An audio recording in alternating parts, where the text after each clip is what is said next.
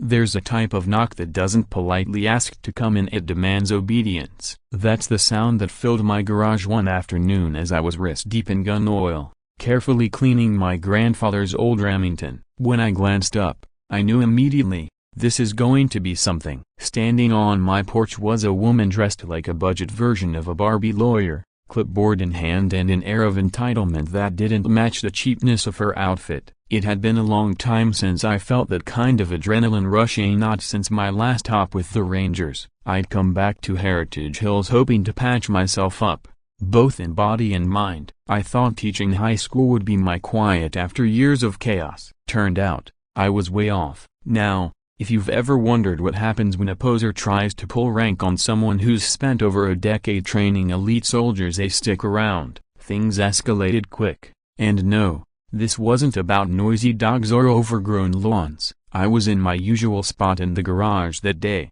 meticulously working through my cleaning routine with the same precision I drilled into recruits. That Remington and 1940s model passed down from my grandfather, a HOA vet, meant the world to me. He'd taught me the value of respect, discipline, and tending to what matters. The smell of gun oil, the steady rhythm of cleaning parts that kept my head clear. Then came the pounding. Not your typical knock. This was aggressive, the kind of hammering that signals either trouble or someone on a power trip. I peered through the peephole and saw her, a woman who looked like a rejected extra from a bad real estate commercial. Blindingly bright pink blazer, teased blonde hair reaching for the heavens, and enough knockoff jewelry to open a second-hand shop. The clipboard she clutched had official-looking papers, but her whole vibe screamed amateur. "Good afternoon, Mr. Whitaker," she announced with forced authority when I opened the door. "I'm Brittany Crow with Enforcesure LLC, Heritage Hills HOA Enforcement Division. We've received several reports of firearms violations on your property." She raised the clipboard as though it was some holy relic,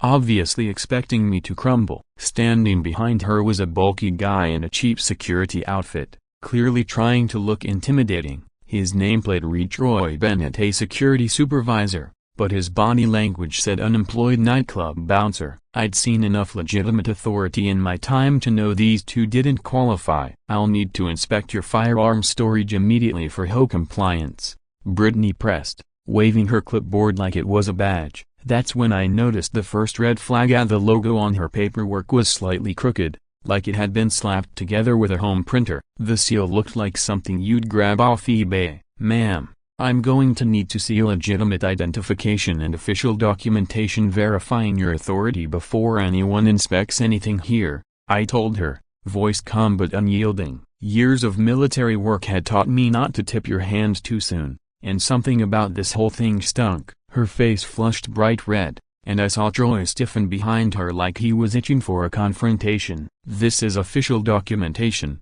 Brittany snapped, jabbing the clipboard toward me. "If you refuse, we'll be back with a court order and law enforcement backup. Trust me, Mr. Whitaker, you don't want to make this difficult." The threat was thinly veiled, but so was the desperation in her voice. I'd interrogated enough people to spot a bluff, and this was the worst poker face I'd seen. "I understand your position, ma'am," I said, already formulating my next steps, "but I'll be confirming this with the actual HOA before I proceed. You folks have a good day." I shut the door and immediately headed to my kitchen window. Outside, Brittany was in a heated argument with Troy, waving her hands wildly toward my house while he glanced around nervously. They climbed into a battered old sedan, the kind of car you'd expect from amateurs, not official HOA reps. As soon as they pulled away, I grabbed my phone and called Eleanor Green, my neighbor across the street. She'd been here since the neighborhood was built,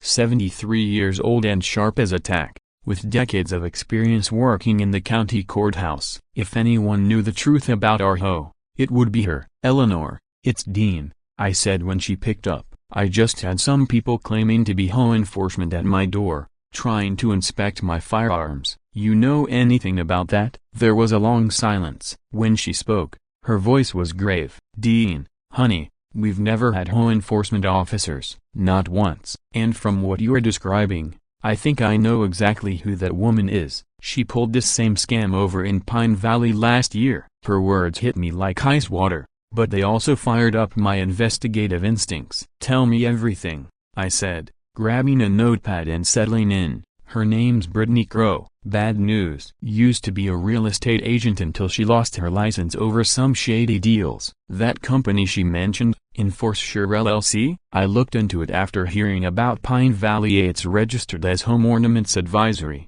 Doesn't exactly scream law enforcement, does it? Things were getting interesting fast. I thanked Eleanor and went straight to my laptop to start digging. Thanks to my military background in document verification and security, I knew where to look for public records, and what I uncovered was a gold mine of red flags. Brittany Crow had left a trail of failed businesses, bankruptcies, and over $200,000 in debt. The real kicker, though, was her connection to the ATF. She'd filed 3 bogus reports in the last 6 months accusing people of illegally selling firearms, all of them investigated and dismissed as fraud. It didn't take long to connect the dots. She was targeting gun owners, probably betting on stealing valuable collections. Troy Bennett's record was just as bad. Fired from 3 security jobs for excessive force, currently on probation for assault, and, it turned out, Brittany's live-in boyfriend. These two weren't just frauds, they were desperate, which made them dangerous. The next morning, while reviewing my notes, my doorbell camera lit up. There she was again, this time in what she clearly thought was a more official get-up. A navy blazer overloaded with cheap badges, like she was auditioning for a low-budget cop show. Alone this time, carrying a fat stack of papers and wearing a smug grin like she just hit the jackpot. "Mr. Whitaker," she called through the door, "I have a court order requiring immediate inspection of all firearms on your premises. Open this door now, or I'll call for police backup." I opened the door, took the document she shoved at me and had to fight not to laugh out loud. This so-called court order was typed in Comic Sans. Comic Sans. I'd seen kids' birthday invitations with more gravitas. "Ma'am, may I ask which court issued this order?" I asked, keeping my expression neutral. "You at Broken Bar, the County Court of Heritage Hills," she replied, clearly making it up on the spot. "Judge Thompson signed it personally." That was rich. I knew for a fact our county judges were Martinez, Johnson, and Wu. No Judge Thompson, and there definitely wasn't a county court for Heritage Hills. We fell under Travis County. But the cherry on top was the signature. I'd seen my fair share of forged documents, and this was amateur hour. It looked like she'd practiced signing a Judge Thompson a few times and picked her best attempt. "I'll need to confirm this with the courthouse," I said, pulling out my phone. "You can't do that," she blurted, her voice suddenly shrill. "This is an active investigation. Interfering could be considered obstruction." And there it was. Real law enforcement doesn't get nervous when you verify their paperwork. They expect it. I made a show of dialing the courthouse, watching her go from red to ghostly pale. "Hello, Travis County Courthouse. I need to verify a court order supposedly signed by Judge Thompson." Broken Bar. Brittany's eyes went wide, and she took a step back. "I think there might have been some mix-up with the paperwork," she stammered, already backing away. "I'll head back to the office and get this cleared up. We'll be in touch." She practically sprinted to her car, clutching those forged documents like a lifeline, which, considering the circumstances, they technically were. I stayed on the phone with the courthouse, watching her peel out of the driveway. "Actually, never mind about that court order," I told the clerk. "But can you tell me if there's a Judge Thompson in Travis County?" "No sir, we don't have a Judge Thompson," came the reply. "And if someone's handing you fake court orders, you might want to call the sheriff's department." The following day at school, I turned the whole experience into a teachable moment for my American history seniors. I explained the difference between law and morality, how law is what those in authority enforce, and morality is what your conscience tells you is right. Sometimes the two match up, sometimes they don't, and it's a citizen's duty to recognize the difference. One student raised her hand. "Mr. Whitaker, what made you think of this today?" I smiled. Let's just say Broken Bar lessons have a way of finding you when you least expect them. That evening, I decided it was time to stop playing defense. Rather than waiting for Brittany to make her next move, I'd set a trap. I dialed the number on the bogus business card she'd left behind. "Dean Whitaker here," I said, leaving a message. "I've been thinking about our conversation yesterday. I'd like to get everything squared away with the HOA.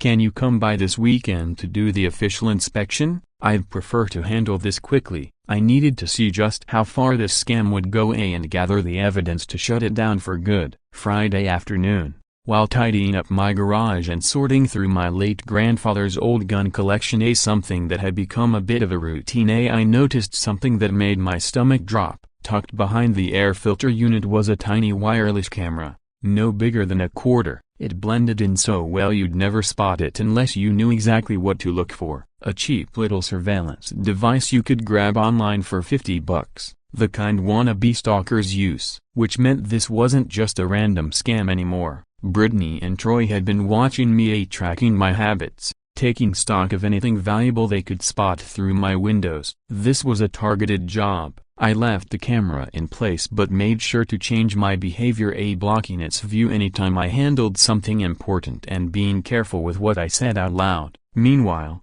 I installed my own security, 3 discrete cameras covering my front door and driveway, plus audio recorders to capture every word of the upcoming showdown. I also rang up Eleanor and asked if she'd be willing to witness whatever was about to happen. "Sweetheart," she said, practically gleeful.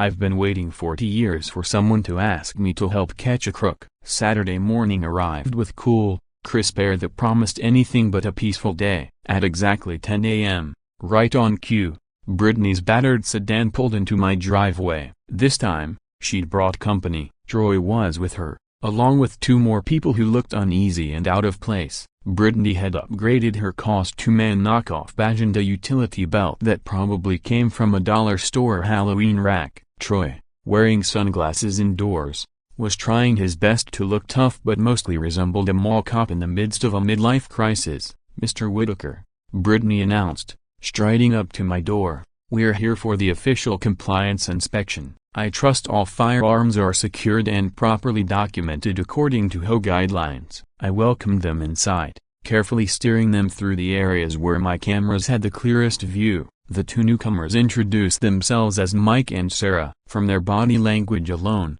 it was obvious they weren't part of the core con. Confused, hesitant, addressing Brittany as their supervisor and asking questions that made it clear they believed they were working for a legitimate company. It didn't take long to figure out they were victims to probably duped by a phony job ad and now being used as window dressing to make this sham look official. "Before we start," I said, holding up my phone, "I'd like to record this inspection for my own records." "Hope that's not an issue." Troy immediately stepped forward, his hand drifting toward his belt like he might be packing. "That won't be necessary," he growled, trying to sound authoritative. "This is an official investigation. Recording could jeopardize procedures." Mistake number 1. Real officers encourage recording. It protects everyone. Only liars and crooks have something to hide. "Actually, Texas is a one-party consent state," I replied evenly, "meaning I can record any conversation I'm part of. And since this is my house, I have every right to document what happens here." Brittany shot him a glare sharp enough to cut steel, clearly frustrated that he was escalating things too fast. "Let's just get this over with," she muttered, consulting a clipboard with mock authority. "We need to inventory all firearms, ammunition, and related storage. There's also a complaint about unlicensed valuables on the premises, so those need to be documented too." There it was, the real reason behind all of this. They weren't just after the guns, they wanted a full inventory of anything worth stealing.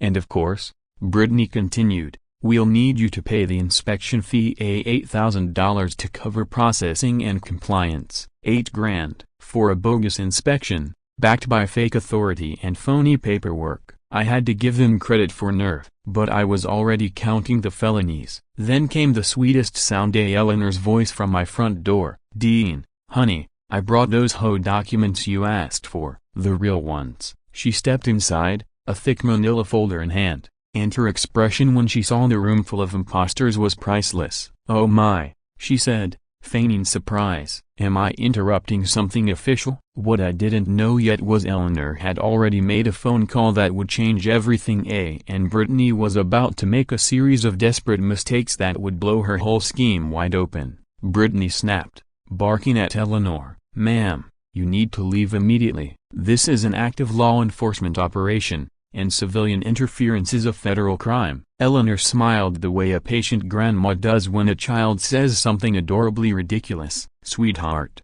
she replied, her voice as sweet as molasses, "I worked at the county courthouse for 32 years. I know what a real law enforcement operation looks like, and this ain't it." She opened the folder and pulled out a document stamped with official county letterhead. "These are the actual HOA bylaws for Heritage Hills, filed and notarized with the county. Would you like me to read the section on firearms?" Brittany paled as Eleanor went on. "It says, individual property owners maintain full authority over personal property within their residences, subject only to federal and state law." And then, the final blow.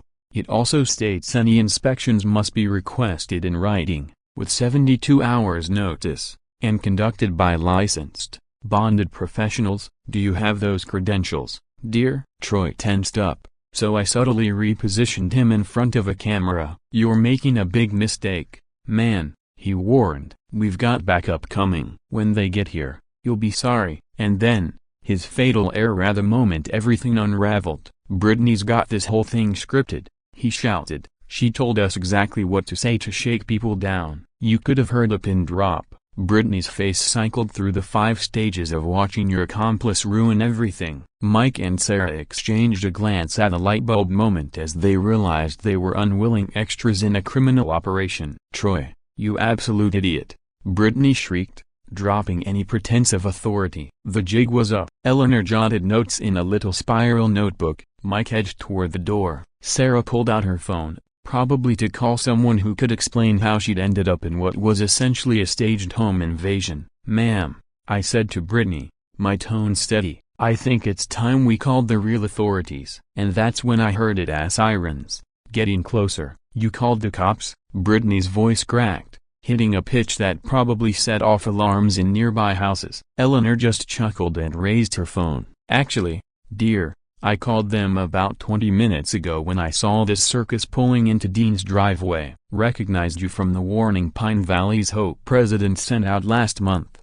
The sirens grew louder, flashing lights visible through the window. "Officer Mallister's a good friend of mine," Eleanor added casually. "Ex-Marine, just like you, Dean. Very interested in meeting folks who impersonate law enforcement." The cruiser pulled up as Brittany made one last desperate move, reaching into her purse for what she believed would save her skin. As she stood by the front door, Brittany waved a folder dramatically. "I have evidence," she declared, her voice sharp with desperation. "This man is trafficking illegal firearms. I've been investigating him for weeks." She held the folder like it contained classified intel, claiming I was stockpiling enough weapons to outfit a small militia, none of which, she insisted, were properly registered. It was an audacious move. I had to give her credit for sheer nerve. But unfortunately for Brittany, her gambit was about to unravel spectacularly. Officer Mallister, a tall, broad-shouldered man in his 40s with the unmistakable presence of someone who'd seen combat,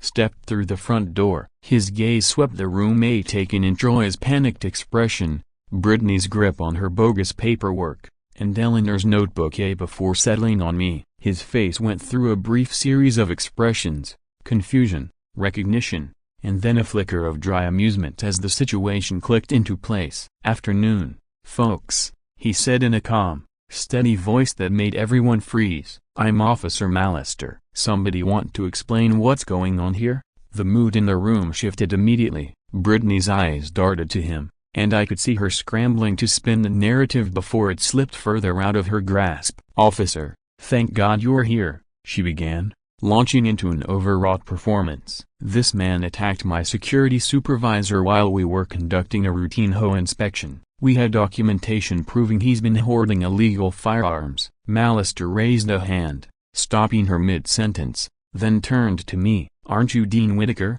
he asked, his brow furrowing. "Used to train rangers down at Fort Benning?" I nodded, and recognition flashed across his face. "Rick Mallister," he said, stepping forward to shake my hand. "We met at that joint training session in Georgia, 6 years ago? You taught the course on spotting forged documents." I shook his hand, never loosening my grip on Troy, who seemed to have accepted his fate. "That's right," I replied. "And speaking of forged documents, you might want to have a look at what these folks brought along." Eleanor stepped forward like a librarian presenting irrefutable evidence, holding up her notebook and a folder. "Officer Mallister, I've documented at least 17 violations of state and federal law in the last half hour alone," she announced, clearly enjoying herself, impersonating law enforcement, creating fake legal documents, attempted extortion, and if you count the hidden camera they planted in Dean's garage, breaking and entering too, and conspiracy across multiple jurisdictions. Brittany visibly paled, her face cycling from red to white to a queasy shade of green. "Now hold on a second," she stammered, trying to claw back control. "I have proof this whole situation's being misrepresented." She fumbled through her folder, pulling out grainy telephoto images of me in my garage, handling firearms. "This man's been stockpiling weapons," she insisted, "and I've already submitted reports to the appropriate federal agencies." Mallister's expression hardened, his voice turned steely. "Ma'am, before you keep digging that hole, you should know I spent 8 years in the Marines before I joined the force. I know legal gun ownership when I see it, and I know forged documents just as well. From where I'm standing, it looks like you've got a whole lot more to answer for than Mr. Whitaker does." At that, Mike and Sarah, the two clearly duped recruits, finally spoke up. "Officer,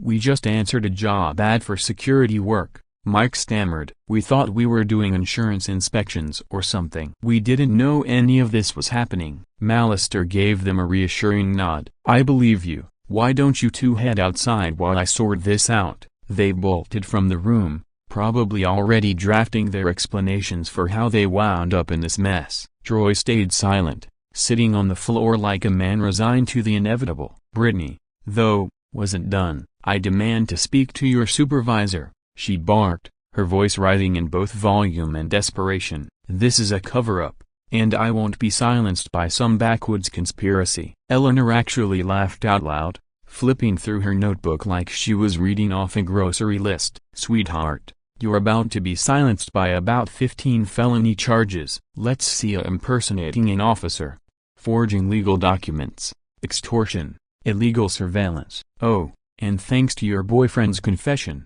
conspiracy to commit fraud across several communities." Mallister was examining the fake court order with a weary, almost amused look. "Comic Sans?" he muttered, shaking his head. "And this signature a broken bar, ma'am. Did you actually think this would hold up?" Then he added, more seriously, "We've had reports from at least 3 other neighborhoods about a scam just like this. Fake HOA enforcers, phony documents, always targeting gun owners. The ATF's been following this operation for months." Brittany, either too desperate or too arrogant to see the writing on the wall, made one last play. "Doesn't matter what you think," she snapped. "I've already filed an official report with the ATF about this man's illegal weapons cache. They're probably on their way here right now." A heavy silence settled over the room as we all absorbed the sheer audacity of her claim. Officer Mallister shot me a look, one eyebrow raised, clearly trying to decide whether this was just another desperate bluff or if we genuinely had an ATF team en route. "Ma'am," he said, his voice careful, "are you telling me you filed a false report with federal authorities?" "It's not false," Brittany practically screeched. "I have evidence, I have photographs. I have you have nothing but trouble." Eleanor cut in sharply, glancing down at her notebook. "And for the record, filing false reports with federal agencies is a federal crime, according to the ATF office I spoke to this morning. When I called to verify your little story, you've done this 3 times in the past 6 months." The room went deathly still. Brittany opened and closed her mouth like a fish gasping for air, while Troy let out a low, miserable groan from the floor. Officer Mallister was watching Eleanor now with open admiration, and then, the unmistakable sound of a vehicle pulling into my driveway. A black SUV, government plates. 2 men in dark suits stepped out, moving with the kind of focused authority that meant official business. "Well," Officer Mallister murmured, peering out the window, "I guess we're about to find out just how deep this rabbit hole goes." Brittany's face lit up like a kid on Christmas morning. "See? I told you they were coming. Now you'll see who's really telling the truth." What she didn't realize, what she couldn't possibly have known, was that I recognized one of the men stepping out of that SUV. and it was someone I never expected to see again. The two ATF agents entered my living room, their demeanor instantly separating them from the parade of imposters that had cluttered the place all evening. The older of the two was a tall, lean man with graying hair and a weathered face that spoke of decades in federal service. The younger one, mid-30s, built like he still passed military fitness tests, seemed oddly familiar. Brittany practically bounced as they crossed the threshold, waving her folder of bogus evidence like a trophy. "Agents, thank goodness you're here. This man's been threatening federal officers and running an illegal weapons operation out of his house." The senior agent, whose badge read Special Agent Williams, swept his eyes over the roommate taking and Troy on the floor, Officer Mallister with his notebook, Eleanor clutching her records, and me standing by, quietly trying to place where I knew the younger agent from. "Ma'am," Agent Williams said, holding up a hand to halt Brittany's performance, "I'm going to need you to stand back and let us evaluate the situation before you tell us what we're supposed to find." The younger agent's gaze locked onto mine and I saw the exact moment recognition dawned. "Sergeant Whitaker?"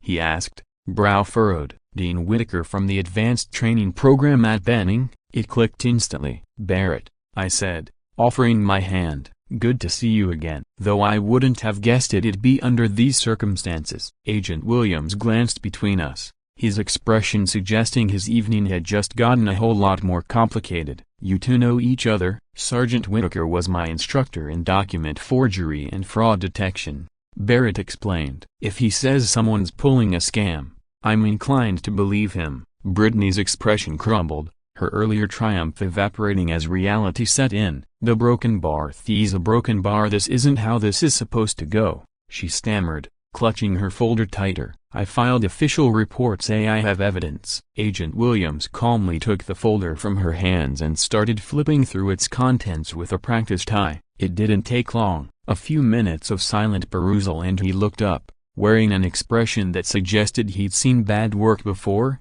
but this was a new low. "Ma'am," he said flatly, holding up one of the blurry, long-distance photos, "these are supposed to be evidence of illegal weapons trafficking. Those prove he's got way more guns than any normal person should have," Brittany insisted. "And he's been meeting with the broken bar suspicious people." Eleanor cleared her throat, consulting her notes. "By a suspicious people, do you mean his students from Jefferson High, where he teaches American history, or the veterans support group that meets in his garage every Tuesday?" Agent Barrett, meanwhile, was sorting through the fake court orders still scattered around my living room. "This is fascinating work," Agent Williams said dryly, holding up one of the forged documents typed in Comic Sans. "Tell me, Miss Crowe, did you really think this would fool federal agents?" He paged through more of the paperwork. "And this business license for Enforcer LLC? You registered it as a home ornaments advisory.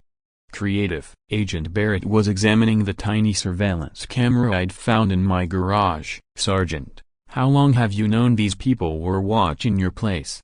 "About 3 days," I replied. "Found the camera Friday afternoon. Decided to see just how far they were willing to take it." Both agents exchanged a glance, a wordless look of approval passing between them. "This is illegal," Brittany protested, trying to rally one last time. "He was spying on us." "Spying on him?" Officer Mallister cut in. "Ma'am, letting criminals dig their own grave while you gather evidence isn't entrapment. It's smart police work. What is illegal is impersonating law enforcement, forging legal documents, attempted extortion, unlawful surveillance, and filing false federal reports." Troy, who'd been silent this whole time, finally spoke up in the worst possible way. "Look, this was all Brittany's idea," he blurted from the floor. "She said we could make 50 grand just by scaring some gun owners into paying phony inspection fees. I didn't know she was filing fake federal reports." Another heavy silence settled over the room. Agent Williams and Barrett exchanged another look,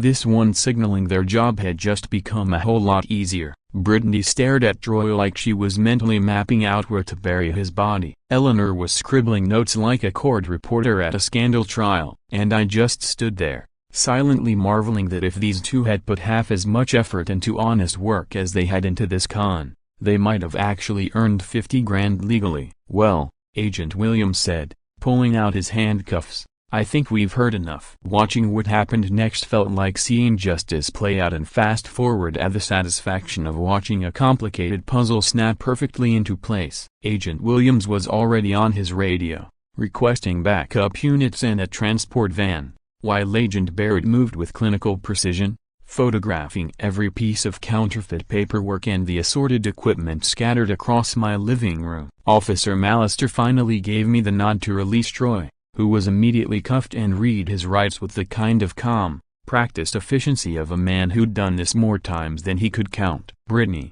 no longer gripping her clipboard like a shield, sat rigid on my couch, staring vacantly at the wall, the full weight of what was coming finally starting to sink in. Eleanor was still jotting down notes, though now she was also on a phone call, giving updates to someone she kept calling Sweetie, apparently relaying the biggest story Heritage Hills had seen since the infamous raccoon incident of 2018. "Miss Grow," Agent Williams said, taking a seat across from her, his tone even but leaving no room for debate.